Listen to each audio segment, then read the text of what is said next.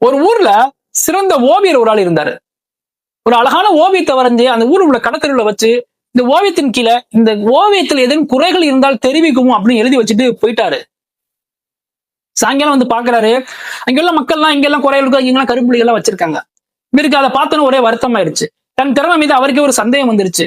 நண்பர் சொன்னாரு, வருத்தப்படாத, இதே ஓவியத்தை வரைஞ்சு நாளைக்கு அதே இடத்துல வை, ஆனா இந்த முறை ஒரு மாற்றமா வேற மாதிரி எழுதி வை அப்படின்னு சொல்லிட்டாரு. அதே மாதிரி ஒரு வரைகிறாரு, அதே மாதிரி இடத்துல வைக்கிறாரு. வச்சுட்டு இந்த முறை என்ன எழுதுறாருன்னா, இந்த படத்துல ஏதேனும் குறைகள் இருந்தால் அதை நீங்கள் சரி செய்யவும் அப்படின்னு எழுதி வச்சுட்டு பிரஸ் பெயிண்ட் எல்லாத்தையும் வச்சுட்டு போயிட்டாரு. சாயங்காலம் வர்றாரு, வந்து பாக்குறாரு, வச்ச இடத்துல எல்லாமே அப்படியே இருக்கு, ஒரு கிறுக்கல் கூட இல்ல.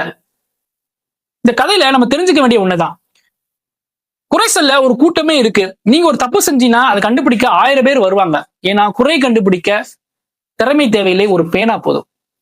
ஆனா இந்த தப்பை சரி செஞ்சு கொடுங்க அப்படின்னு சொன்னீங்கன்னா காணா போயிடுவாங்க.